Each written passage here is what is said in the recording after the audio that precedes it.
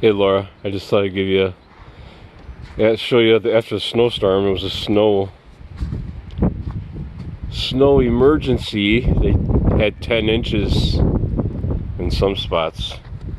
So just finished. Neighbors were out here too, but I did most of it. Nice insulation on the house.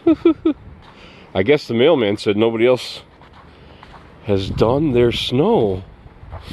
Hardly.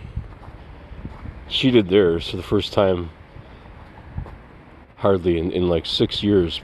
I did that. These new neighbors are better. But yeah. Oh, it's a winter wonderland. Nobody's here but me. I'm gonna run down to the new place. I got some toilet paper, some rags and stuff. So, and of course a mask. So hey, hope you enjoy the snow scenery.